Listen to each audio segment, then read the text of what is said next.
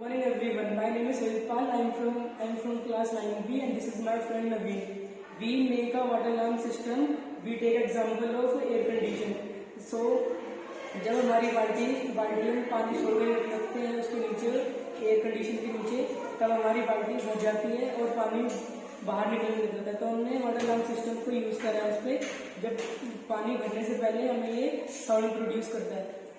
जो कंपोनेंट जो हमने यूज करे इस वाटर अलार्म सिस्टम को बनाने के लिए, first buzzer, wire, resistance and capacitor, 9 volt battery and tag.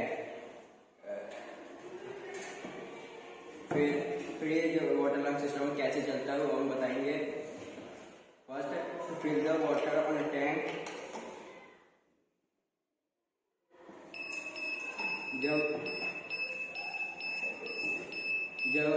जब पानी वायर से टच होता है तो ये जो बजर है वो स्टार्ट कर देता है।